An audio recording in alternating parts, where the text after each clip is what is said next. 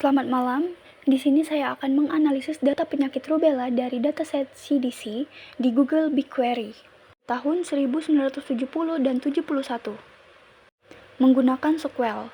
Di sini saya menjalankan query SQL di BigQuery dengan memfilter data tahun 1970 dan 1971 dan memilih data dari dua bagian negara saja, yaitu Indiana (IN) dan Washington (WA). Perhitungan jumlah total kasus per minggu juga diperlukan. Saya juga mengurutkan dan memberi peringkat kasus berdasarkan minggu epidemi dan negara bagiannya, IN dan WA.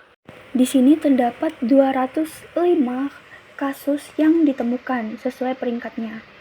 Saya juga menyiapkan data untuk visualisasi di Google Cloud.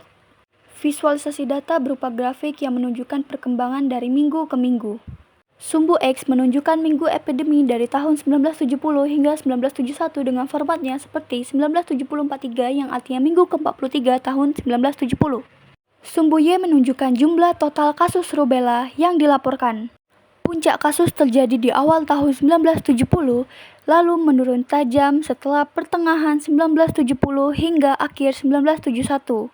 Selain menggunakan SQL query, saya juga menggunakan Python sebagai perbandingan. Kode Python menggunakan library pandas untuk memproses data kasus epidemik dari kolom EpiWeek, state, dan juga total case. Setelah mengekstrak tahun dari EpiWeek, data difilter untuk negara bagian yang direncanakan, yaitu Indiana dan juga Washington, dari tahun 1970 hingga 1971.